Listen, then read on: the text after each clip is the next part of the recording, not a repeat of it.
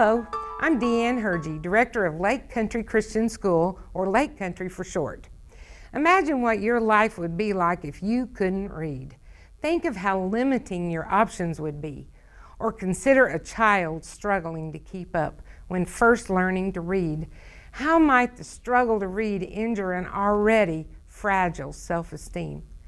The Institute for Global Education and Service Learning asserts that 40% of American children have difficulties reading or learning to read, and 75% of students struggling to read by the time they reach third grade will also struggle to read in high school. Those statistics alarm me. Many of the young children of today live in the midst of a reading crisis. It only takes seeing one child struggle to motivate a teacher to find better ways of teaching. I know for me that in my 34 years of teaching in both public and private schools, I've seen a good many kids struggle academically because they never learned to read properly.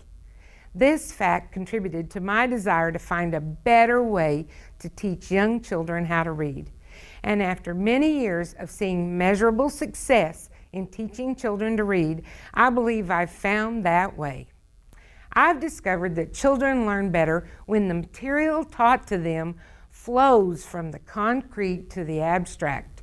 And when it comes to the concrete, what's more tangible and real to a young child than bringing all the senses into the learning experience, specifically the experience of learning to read? Let me explain what I mean. The written language gives certain sounds to what are called letters, and then arranges those letters into words that you and I can read and give meaning to.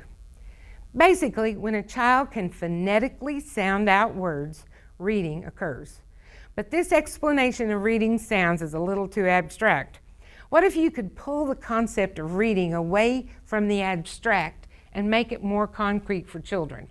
Meaning, what if you could bring children's senses and imagination into play when teaching them to read?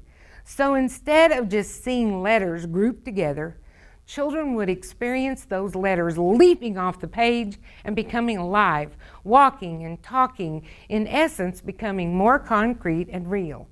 Do you think this might increase your child's desire to read? Do you think if your child could interact with the letters of the alphabet, reading rate and comprehension would increase? Interacting with Phonics is a system I created years ago to help children learn to read. This approach begins with children in pre-kindergarten and goes through second grade, but it can also help older children who struggle with reading. Here's how it works. Each letter of the alphabet comes alive for the children in a visual, auditory, oral, and kinesthetic way. Let me demonstrate what I mean with the letter E. When you were a child, you learned that the letter E was a vowel. But more than likely, you had no idea what a vowel was, or the role vowels played in words. Vowels then lived in your abstract world. But in the concrete world of interacting with phonics, E is a part of mother vowel's family and has 4 other siblings named A, I, O, and U. And in her family, each of Mother Vowel's children got their names based on how they acted. The letter E was sort of a prankster. He would hide behind the furniture, and when all the rest of Mother Vowel's children walked by, E would jump out and yell, "E!" and scare them to death. This simple story illustrates the concept we use to teach reading. Of course, when I'm actually teaching children, the story goes into much greater detail and develops E's characteristics much more thoroughly. The children also see illustrations to go along with the story to further reinforce the concreteness of the letter E. To the child, the concept of the letter E becomes concrete because the letter has come alive. The letter E has grown up in Mother Vowel's family with 4 siblings and has a story behind how he got his name. Later on, I introduce another story about how E got his nickname, which is nothing more than the short sound, or eh, that the letter E makes. Did you notice that when I told the story of E scaring his siblings, I used the hand signal? When it comes to learning to read, this hand signal is very important for the child because it engages motor skills, making the letter E that much more concrete. So at the end of the day, not only do children know how E got his name, but have a hand signal to go along with the story, further reinforcing the concrete concept.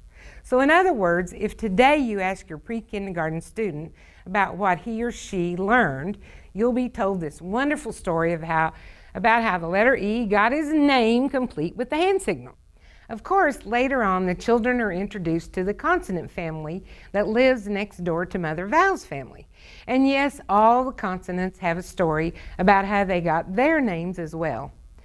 When children start seeing Mother Val's family interact with the consonant family, words of every kind begin to form. Speaking of words, when children reach kindergarten, we formally begin to put those letters into words. They learn that when certain letters are in a word, certain rules must be followed. The easiest example of this is when two of Mother Val's children are in a word, the rule says that the first one will say his real name and the second one goes to sleep. So for example, look at the word team. Following that rule, the first Val says his real name, E, while the second one goes to sleep, which is A, so the A is silent. Remember, each letter has its corresponding hand signal.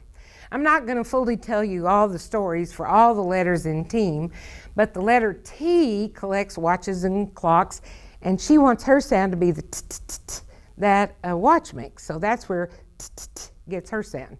Then E's real name is E, A goes to sleep, and M drives a car, and hers is the sound of motor. So when all these are put together, the child goes t-eem in interacting with phonics. That's how it goes. T, that's the T.